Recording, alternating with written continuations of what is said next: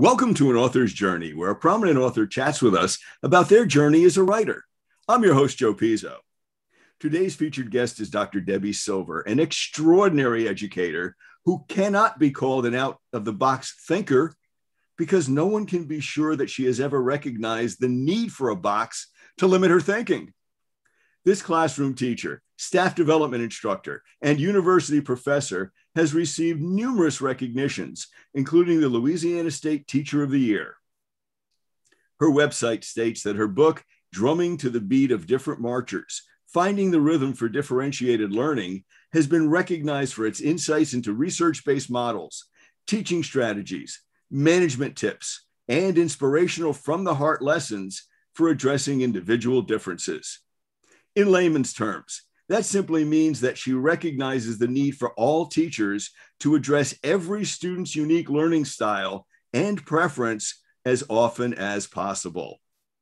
The second edition of Dr. Silver's book, Fall Down 7 Times, Get Up 8, Teaching Kids to Succeed, has been recently re-released and includes information dealing with Lev Vygotsky and the zone of proximal development in which a student and a teacher seek to team together to increase the chances for success. Deliberate optimism, reclaiming the joy in education, is driven by a combination of research and pure fun. Teaching Kids to Thrive, Essential Skills for Success, addresses the need for SEL, social emotional learning, across all grade levels and curricula. In addition to writing professional books for educators, Dr. Silver also presents keynote speeches and workshops for educators, as well as special programs for students. Dr. Debbie Silver, welcome to An Author's Journey. Thank you for taking time out of your busy schedule to chat with us today. Joe, thank you for the invitation. It's always a joy to speak with you, and I appreciate the opportunity just to share with your audience today. Well, thank you. I'm going to take a little detour, and I'm actually going to go into your book because this is filled with so many pearls of wisdom, so many gems that I'm just going to sample a little bit to whet our listeners' appetite. Your foreword is extraordinarily well done, and it was given to you by Carol Ann Tomlinson, who's professor emeritus at the University of Virginia, and extraordinarily well known with curriculum and teaching technique and a whole host of things. And I love her story about Joan White, her own private hero. Joan White was a mom of 5 children, and Carol taught those 5 in public school as a teacher. Now, she knew them to be a middle-class family by virtue of neighborhood. And it didn't seem that they were so much different than everyone else. They kind of fit in with the rest of the kids, but that upbringing was so important. And that's something I know that is important to you as well. There's a little story in here that I want to relate to our audience from Carol's point of view. I recall a time when one of the boys badly wanted to attend an evening school event. I knew from overheard conversations that it mattered a lot to him to share the experience with his friends. Shortly before the date of the event, I heard him explain to a group of buddies that he wouldn't be there. I could see disappointment in his eyes, but with steadfastness not typical of the age group, he simply said, "It's my brother's birthday. And in my house, we celebrate birthdays together. No exceptions. No whining, blaming, bemoaning." And that, again, comes from good parenting. Those of us who have dealt with students and parents over the years know that to be so, so true. In the acknowledgments, Debbie, you acknowledge, of course, your family, and you acknowledge the folks who have helped to put this book together, your editors, publishers. But then it takes a bit of a turn. You say thank you to your former student, Ben Daly, who used his professional photography, and I'm quoting you now, expertise to again make my author photo look better than I do in real life. I'm sure that's true. It is. Well, you thank Carol Tomlinson for writing the foreword for the first edition. You credit your husband for introducing you to the work of Dr. Carol Dweck, who is the guru of mindset. And then I'm going to read this whole part of the last thank you because I think it's the last, but surely not the least. And I know you would agree. Finally, I want to give my heartfelt appreciation to the hundreds of teachers who have shared their stories with me, stories that have helped me clarify my thinking and have given me real life examples to help deepen my understanding of our profession and our challenges. Thank you for all of your insights and suggestions for this book and its revision. Thank you for what you do every day for students and for being able to fall down 7 times and get up 8 every year in the classroom, be it face-to-face or virtual. I appreciate the fact that you have acknowledged the virtual nature of our experience in the classroom over the past 18 months to 2 years to however much longer this lasts. We're hoping that we're now moving away from the pandemic. But thank you for making that acknowledgement. And I think I say that on behalf of every educator, not just teacher in the classroom, but administrator and parent, community member, student, custodian, secretarial staff, you name it. Everyone connected with education knows what a challenge this has been at every level. So yeah, we've all felt it, Joe. We've all felt it.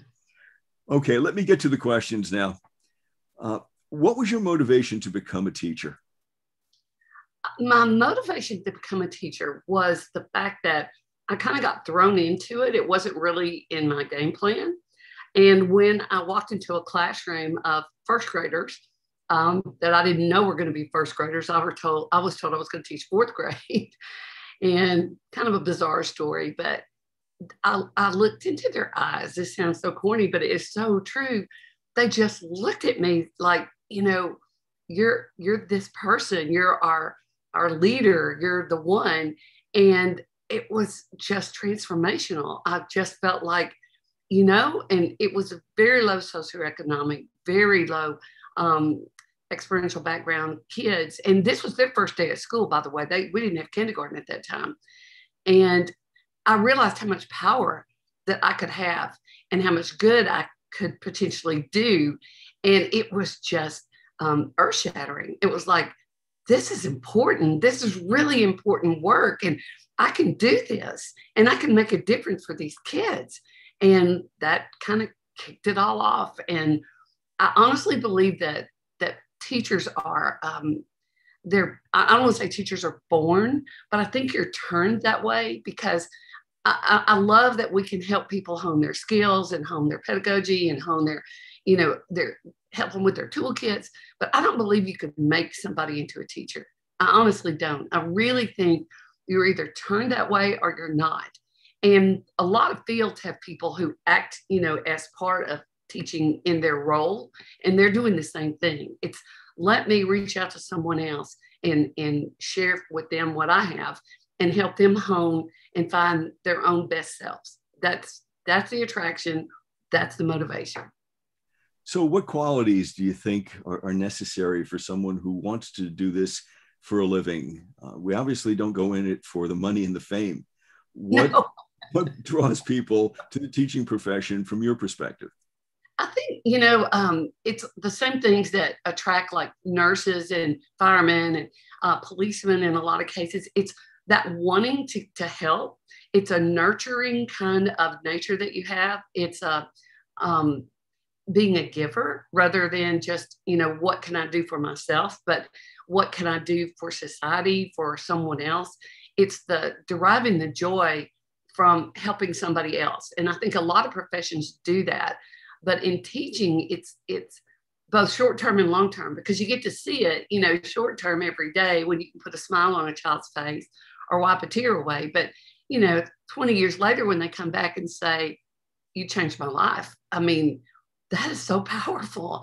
But it's not for everybody. It takes patience. It takes a sense of humor.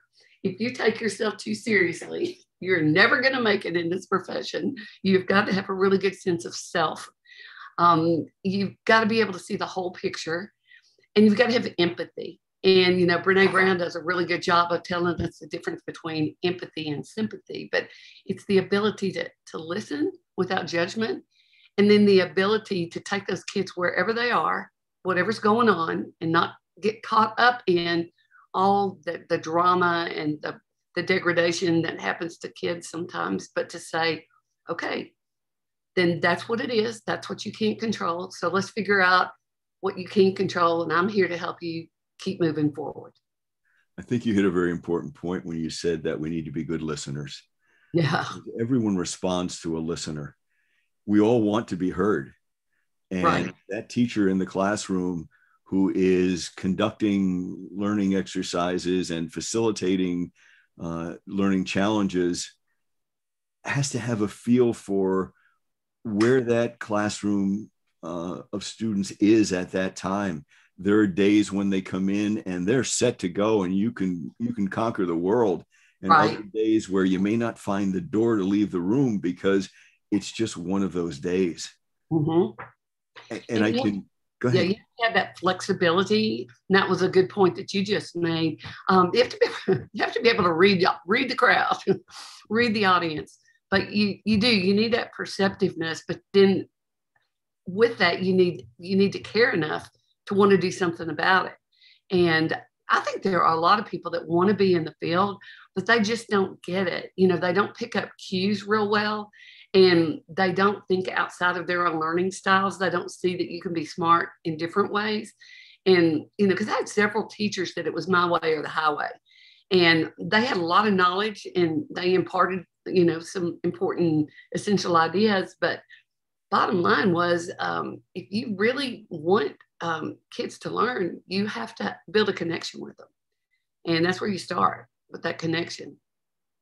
That human aspect is something that I think test scores have challenged us with, that we sometimes are so intent on figuring out, can we up the test scores by X amount? Right. Start getting rid of things such as the arts, which research actually proves raises test scores. Right. I mean, just lowers research, but people don't do that. And, it's because we are who we are. We want a quick fix. We've tried to go to a business model, which has failed miserably. And that's what we got with the Common Core. That's what we got with standardized tests. A standardized test reflects what you can do on a given day at a given time, given the circumstances in which you find yourself, which doesn't extrapolate that well to overall life. And it's not that I'm against standards. I think we need standards.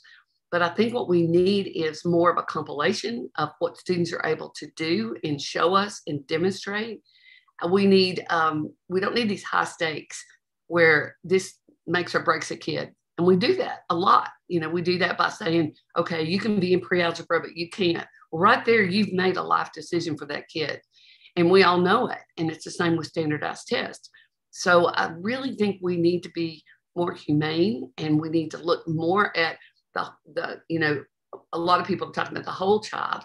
I think that's a good description, is what are their capabilities? What are their capacities? What are their potentials? What are the roadblocks? But when we get so focused on the standards, what I see is we're checking boxes, and it's like your to-do list. Okay, we covered that. We've conjugated verbs. We've learned how to multiply 2-digit by 2-digit, and kind of like we're done with that. And education is ongoing. It builds, and it needs to be, something that's composite, so that you're not checking anything off, but rather you're looking to where a child is and how far do they need to go. And you brought up about Lev Vygotsky. He said this almost 200 years ago. Move the bar just beyond where they are. Now, here's the trick. It's not where you think they are. It's not where they ought to be. It's not where, the teacher last year said they are, or where the district says they are. It's that teacher really getting one-on-one with that student or that small group and seeing where are they, what are they able to do right now on their own without any assistance, what can they do? And then we start right there and say, all right, let's go to the next step. And when they go, but this is hard, we say, yeah, but everything's hard before it gets easy. And I'm going to give you the tools and support you need. So we just keep moving the bar up. Before we went on the air, for the folks listening, we were talking about Lev Vygotsky and Csikszentmihalyi, and the fact that raising the bar a little bit is a good idea with support. We're not just going to raise the bar and say, okay, if you make it great, if you don't, well, tough luck. Too bad. Yeah. And Csikszentmihalyi's idea of flow was that idea that it just comes to you after a while, and it feels so natural that you've learned it and you put it into your natural repertoire. Flow had such an impact that back in the 90s, it was actually a halftime show at the Super Bowl. They featured Flow. Really? I didn't know that. His idea behind it. I don't remember. It's amazing. And, you know, everybody that led up to him was, I'm sorry, Joe. Okay, that happens. This is a live interview, so we're good. I'm going to turn this off. Okay. Won't happen again. Okay. So, yeah, the thing is that even Howard Gardner kind of laid that path when he talked about, you know, your interpersonal communication skills and also your intrapersonal. And several theorists before Csikszentmihalyi, that's how I pronounce it, but what he said was, and what he studied was, that when you get into that state, and we've all been there, it's when you lose a sense of time and space. It's just, you're making progress. Yes. You're working hard, and people forget that's part of it. You have to be working hard and making progress, but you're seeing, you know, the results of your effort. And it's such a beautiful thing, you know, and it doesn't happen often, but when it does, you want it back. But what I want to add to that is, if we can create those moments, even brief moments at school for kids, that's what I think leads to self-efficacy. It's when a kid has genuinely hard-earned competency, not just got a sticker, not just somebody said, good job, or you're so smart, but how about, look at this. You worked your buns off and look what you did. And that kid is grinning from ear to ear, and they're thinking, I did it. You know, I did it. And when you can say, I did it, you are more likely to say, what's next? That's my whole philosophy. And those are the kids who worked hard and succeeded, who actually come back to you years later and at the most unexpected times say, you know, I still remember your class. Right. You know, I want to say thank you for all that you did for me. You know, all those things that you taught me were so important because now I use them in my real life. Right. And they'll come back and say, you know, I really didn't want to do that. And you're going, oh, you made that abundantly clear. But I'm so glad you made me. And, you know, and I'm not thinking about like being a little dictator, you know, ruler, but I think we just set those expectations. And this is parenting too. You just have to say, this is non-negotiable. Some things are non-negotiable. You know, always keeping in mind, I want you to have a voice. I want to factor in your feelings. But like Caroline Tomlinson telling Joan White, non-negotiable. We do birthday parties together. That's who we are. That's what we do. Now, I want to get back a little bit to the whole idea of writing, because you wrote certain papers, certain pieces in your doctoral studies, yet your book is written in the most inviting manner. And did you find that it was a totally different type of writing? Are there similarities that you use one to impact upon the other? Well, there's, you know, good writing is just good writing, but it was really hard for me when my first draft of my dissertation, I remember my chair read, I think it was just the first 3 chapters, but she said, Deb, it doesn't read like a suspense novel. You know, just you tell us what you found out in the beginning, because I was trying to build suspense. You know, guess what happens? Right. So I had to learn that style. It's very plain spoken. It's very upfront. It's research writing. It is very different. Lots of analytical data, you know, just presented in really a very dry tone. And that's the purpose of it, is to let people just get to the facts, analyze the facts, decide how they feel about it, decide if they can use it, and move on. But with writing, I say writing is very, very akin to storytelling. And I've been a storyteller all my life. You know, I love to tell stories. I love to tell jokes, anecdotes.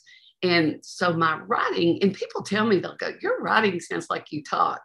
And I thought, I hope that's a compliment because, I want the audience to know that I've been there. So I try to be self-deprecating in my writing because I never want to sound like, oh, well, I've taught this many years and, I have my doctorate degree and da-da-da. I don't want that. I want it to be, I am a mom who has struggled. I am a teacher who has struggled. I am an educator who has learned.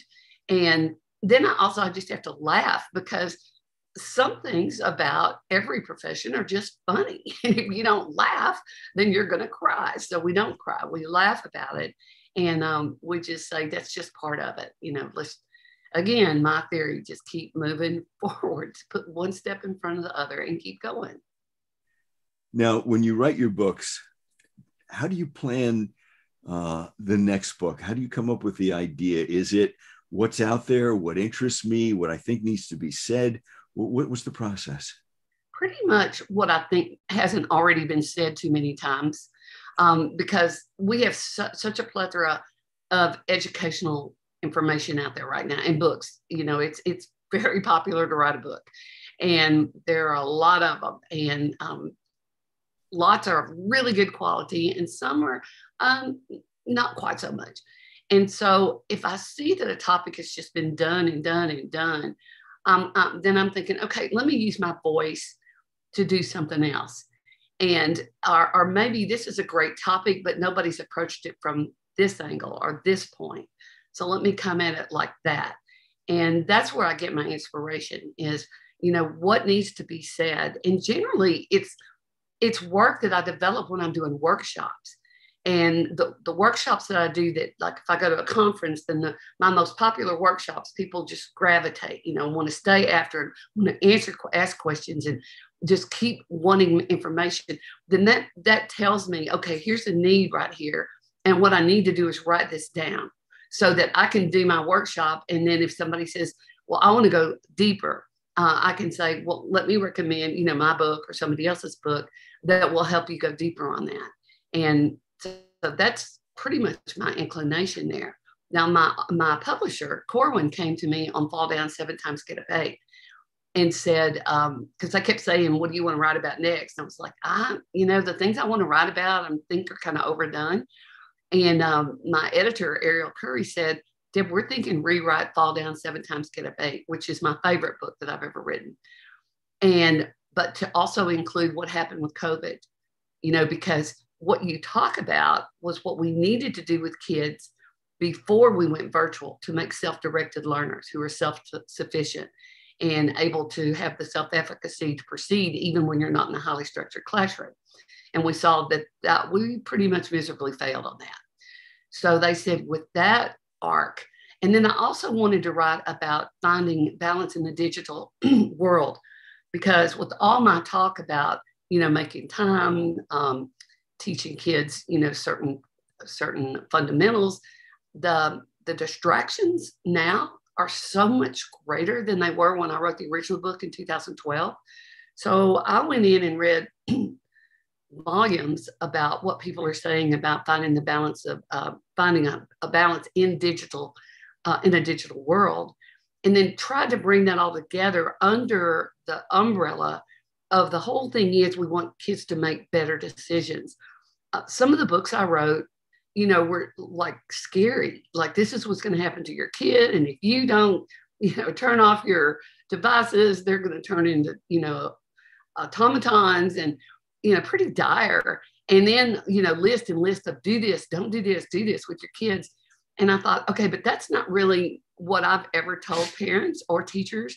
What I believe is that we give them the facts and then we empower them with maybe some ideas, some strategies. But bottom line, each household, each classroom, they're going to have to find their own balance with it and what works for them. So that chapter, I was really proud of it because I think it empowers the reader to say, yeah, I've worried about that. Yeah, that happened in my life. But to say, but I hadn't thought about this strategy that this person had suggested, or I hadn't even thought about coming at it that way. So just to open their minds, to key the awareness was my goal in that chapter, but also to say, okay, here's what some of the experts are suggesting. But when I found out that the guys who designed social media don't let their kids have devices, that Exactly. was a big eye opener for me. I'm going, wait a minute, and that they were designed to be addictive. This was purposeful. And it made me mad. And so I said, I'm going to say something about that, but in a way that can be productive. It's funny you bring that up because my colleague Ken Pasek and I have said that when we've done our workshops, and people look at us with the strangest look. They're like, no, you're kidding. No, we're not. Unfortunately, we're not. No. That's as accurate as can be. Right. And, I've got resources in the chapter where the other thing is we want to come into the modern world. So there's QR codes. So you can be reading a chapter and then I'll mention a video. Well, the QR code's there. You just go, you pull up your iPhone and there it is. And they're all short. They're very, like less than 5 minutes, but you just get that quick picture. So it broadens the learning area for our learner. And, we have a lot of millennials that are reading this book and they're going to want to, they like the audio and the digital. So wanted to stick that in there for them. But yes, you're exactly right about the addictive quality. That was purposefully designed that way. And what I did was in the book, put some resources for people to go to, some websites, which I'm sure you do in your presentations, where they stand for ethical use of media. And you can actually follow them and read their research, read what they're uncovering and read their suggestions. You couldn't be any more accurate. That's right on target and very timely. And I think it's information that helps parents and helps educators and even helps students. Students right. Can look at some of these and maybe get a perspective that they might not have as well. Let me ask you, as a writer, what's your most difficult challenge when you sit down to put your thoughts down? Is it getting the thoughts down? Is it making them sound a certain way? Is it trying to consider, okay, how do I make this for a broader audience? What challenges you? Organization. Okay. I tell people I don't have ADD. I have ADDOS, attention deficit. Sparkly, anything shiny. I get so distracted. And I really am extremely random. And so when I'm trying to write, if I can ever get the organization down, the writing is just smooth sailing. It's how is this going to be organized? And I've co-written, 2 of those books are actually co-written. And it's hard for me to co-write because I start writing and then I continually throughout the writing process revise. And I may go back and jump this out of chapter 1, put it back in chapter 4, or totally flip it, change my transition, which drives my colleagues crazy because they want write chapter 1, be done. Write chapter 2, be done. I said, I can't do that. That really is very, very, very hard for me. It kind of just comes together as I'm doing it. So, I've read Stephen King's, on writing, and I've read several books about writing, and I've tried them, the artist way. I've tried those, but they don't really work for me. It's just start. And I do something else other writers don't do. I edit as I go. And I want it to sound exactly like I want it to sound before I move on. And I know writing teachers say, you're not supposed to do that. I know, but it'll just nag. I'm a little bit OCD. So it's like, and then I may end up changing or taking it out entirely. But I like wordsmithing. I like to play with words. I like to make sure the words say exactly what I want them to say. And like you, Joe, I also write poetry. So you know how important that is, that you've got the flow, that you've got the beat, that you've got, and I look for that. And it really is something I love to put words together. That's my favorite part about writing. I love to put words together. I think what you say about writing and editing as you go is something that I try to tell my students. If it works for you, whatever works for you, if you find that a different technique doesn't, if you're not someone who can sit there and plan out by making a skeleton or a backbone or a spine or whatever, Maybe you're someone who needs to just start writing, and when it kicks in, you'll go back and fix that first paragraph or first page. And I do. Where Yeah. you go. Yeah. And that's a style. And you have to recognize that's my writing style. To change that might take more grief and time and effort, and it may end up with worse results. Yeah. It could. But for me, even in high school, when we had to write term papers, I would write my term paper and then go back and fake a rough draft because it was so hard for me to write a rough draft. And it's how I do it. And it may be more time consuming, but I just keep going back and going back. And before I write chapter 4, I reread chapters 1, 2, and 3 because I want that transition to be smooth. And I want to make sure I'm not being redundant. And I don't know, I'm probably giving really bad advice, Joe. You're the writing teacher and I'm just the writer. But that is, you're right. It works for me. So that's what I like. But I want to try my hand at writing fiction. And I have a feeling that I'm going to have to change that for fiction. Fiction's a different animal. And when you write fiction, there needs to be at least some planning that goes into it. But again, I don't think that it has to be the same for every writer under every circumstance. Yeah. I really think you do have to just find what fits for you. I know that I'll write an entire poem and I'm editing it up to the time when I'm printing it out. And even then I may start editing again. I've written speeches where I've been after school and I had to give a speech for a national conference, and I wrote out the speech and I had edited it maybe 6, 8, 10 times. I went up to my principal and I said, okay, could you just please look at this and tell me, Andrew, if this is good or not?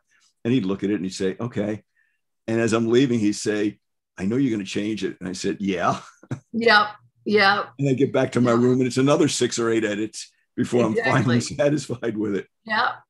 But I think that's part of being a writer is you really want, and this is a speaker too, you want your words to convey your deeper meaning. I think that's why I love words so much, because just saying, oh, well, it was a fine morning, that really tells me nothing. So I want to really convey exactly what was going on. Because as a reader, that's what I'm looking for. I really want to feel like I'm there. I want to hear people speaking. I want to feel like I am on the journey with you. And even in nonfiction, I just want to feel like it's logical sequencing and I'm right there with you. And don't jump to another paragraph and change topics because I get confused. Let me ask you, as a person and as a writer, is there someone or something that inspires you? It wouldn't be just one. There are lots of writers. I'm going to tell you, and I'm so disappointed. I love fiction, by the way. That's my favorite genre. And I love Sue Grafton. And she never got to write that final Z book. This is it for our audience. That's the alphabet of books. But what I love about Sue Grafton is if you start with the A is for alibi or whatever it was, you will watch her grow as a writer. And she gets better and better. And towards the end of the alphabet, she even found a real life crime but wrote a fiction story about it, but it was based in reality and very serious, about what had happened and the solution. And I just was bowled over by her ability to grow as a writer without losing her voice, without losing her character. She just got better and better and better. And I thought that's pretty amazing. And right now, nonfiction, I'm loving Brene Brown. She just brings, and Anne Lamott, they write with such authenticity and with such compassion and such heart. It just elevates me to read it. I also I'm going to put a plug in here for a young person that I never got to teach her, but I've been her friend and mentor for many, many years. Her name is Elizabeth Beauvais. And she went to the University of Virginia and is now writing just on her blog, on her personal. And Joe, I think she is one of the most fantastic writers I've ever read my entire life. She can just move you with just I don't even know how to describe it, but it's Elizabeth Bove, and she is able to put into words feelings and thoughts and truths like nobody I've ever seen before. She's just an amazing, amazing young lady. And I'm sure she's fortunate to have you as someone who is encouraging her along the way, because writers need that. We think that sometimes Right. books just happen out of nowhere, or someone goes in their room for 3 hours a day for 12 weeks and suddenly a book pops out. There's a lot of thought and exchange and encouragement that has to go along with it too. Yeah. You know, we doubt. And I read these people that, well, I wrote it on my iPhone on my subway trips. And I'm like, what? I have to be totally focused when I write. It is because I'm so easily distracted. But man, I have to get in like Chicks at my house said, I need to get in the flow. To do good writing, I have to be in my zone. And that means I have to have, you know, things turned off, no ancillary noise, and just really, and I also put on music. I've been using that binaural music that's on the web. You know what I'm talking about? Yes. And that helped. That helps me with my crazy, you know, spinning brain. It helps calm that down. I find my students will do well if I put the background jazz breakfast in the morning kind of music on. Mm-hmm. And I tell them, if you have something with a beat, it might distract you. Right.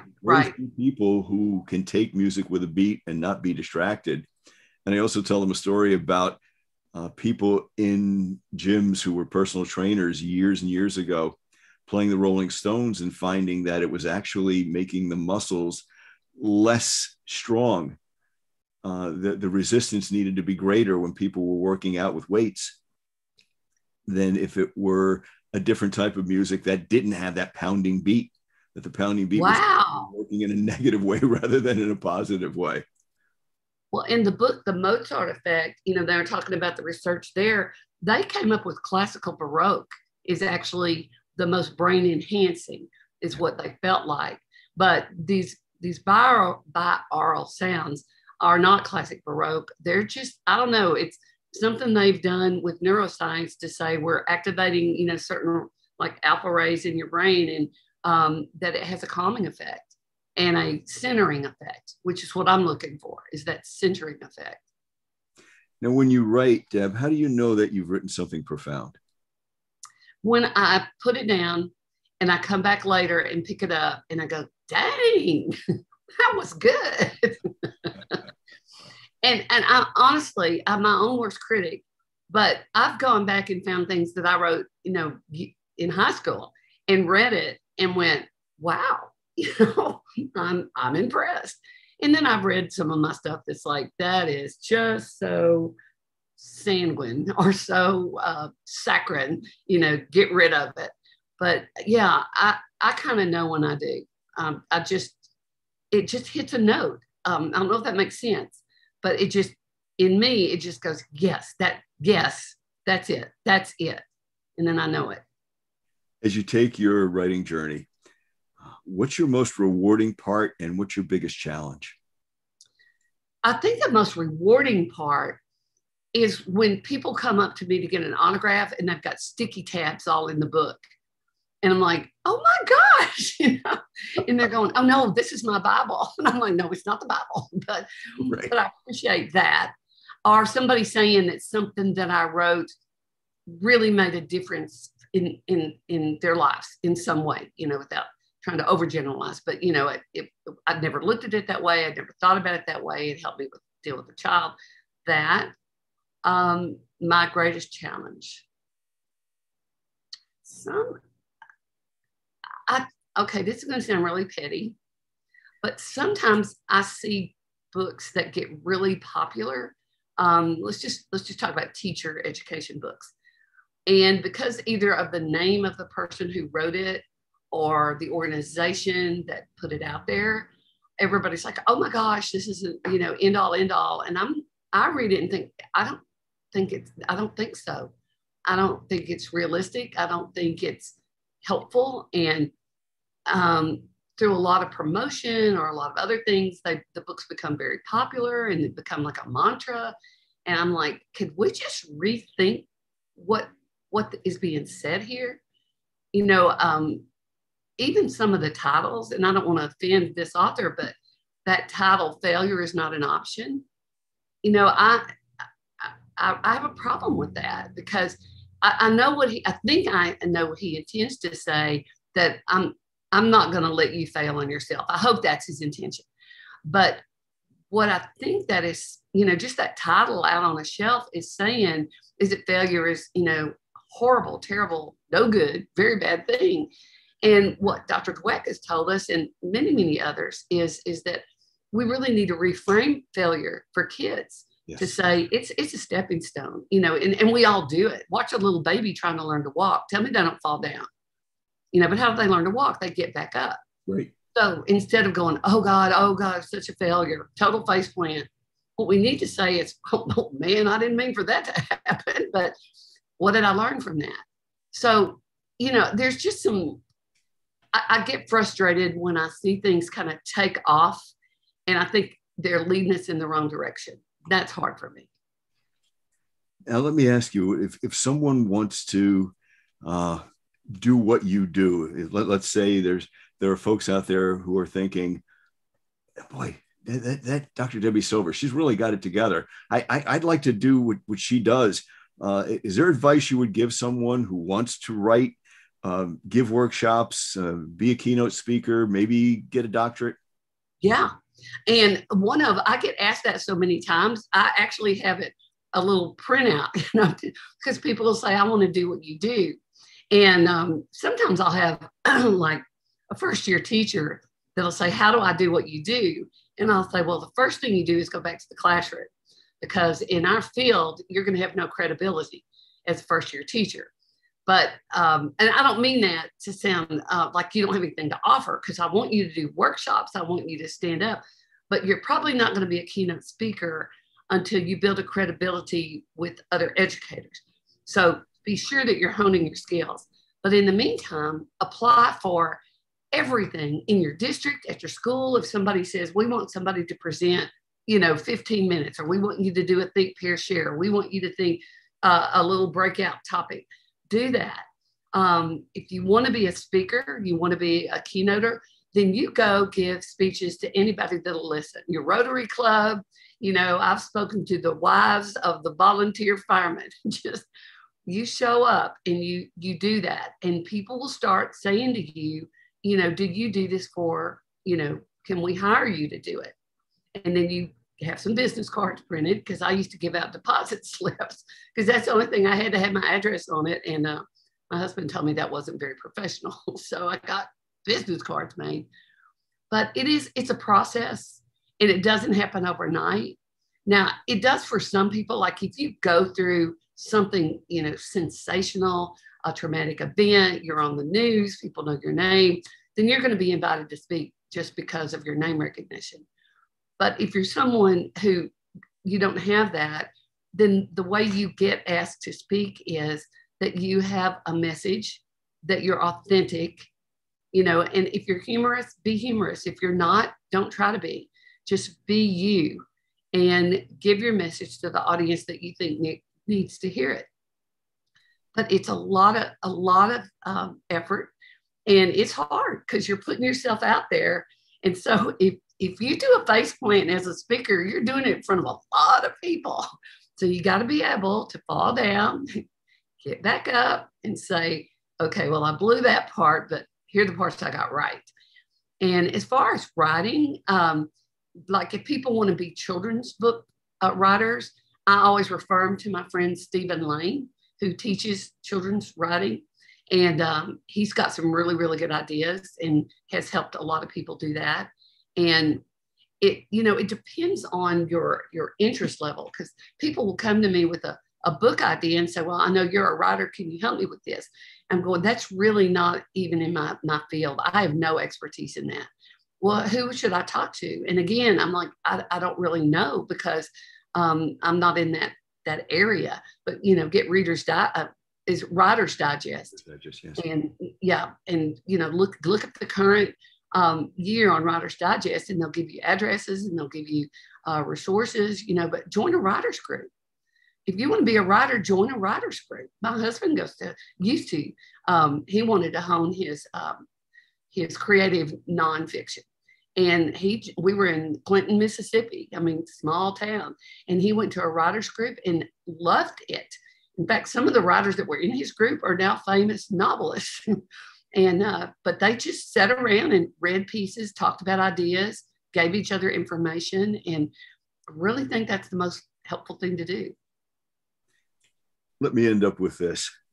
You talk about other folks trying this or doing that and pursuing in certain areas or certain ways their dreams. If you weren't an author, if you weren't doing the things that you're doing in this day and age, what would your dream profession be? A stand-up comic. But not in clubs, because I don't want to deal with the crazy. I think I would love to be that person that was invited to speak at, events where you needed just somebody to see the humor in the situation, somebody to get the audience to feel comfortable, somebody that's there that has a message, but the message may hit you, an hour later, that it's not that in your face, here's the message. It's just, aren't we having a good time? Isn't this funny? And isn't life funny? And aren't we all unique in our own ways? But I would love to do that, just full time. I have a workshop called Practicing Safe Stress. And something like that, to go to people and say, this really could help you. Because I have a lot of personal stories, a lot of personal places where I had to fall down and get back up. And I see that it helps people, that they understand that it's hard for everybody, no matter what you're seeing, it's hard for everybody. So here's some things that might help you in your own journey. I could see you doing something like that, because with your sense of humor, there's also your sense of heartfelt genuineness. And the fact that I use this phrase a lot, I don't know if it's mine or not, but it's one that I use a lot. Your brain is connected to your heart. Oh, and neither works independently of the other. I love that. Thank you. It's kind of like the ultimate compliment. Well, I think you have earned it and you deserve it, because I've seen your presentations and I've read your material and I've chatted with you on other occasions, and you are as genuine as it gets. And that's a nice thing for me to experience, because I'll sometimes have people come up and say, oh, who should I be reading? And right. My first response is, what are you interested in? Exactly. Yeah. There are certain universals that as teachers, we should read, but try some things that you're interested in. Discover somebody that somebody else doesn't know anything about, and then be the one to go to your colleagues and say, oh, you've got to try this person. Yes. You have to read this book, or wow, I was blown away by this particular author. Mm-hmm. And I think that in a crisis, you would be someone, I don't want to say who would thrive, because that has the wrong connotation, but you're someone who would have the right level of comfort for the situation, where you could smile with everyone when something needed to be smiled at, but it would never be in an inappropriate way.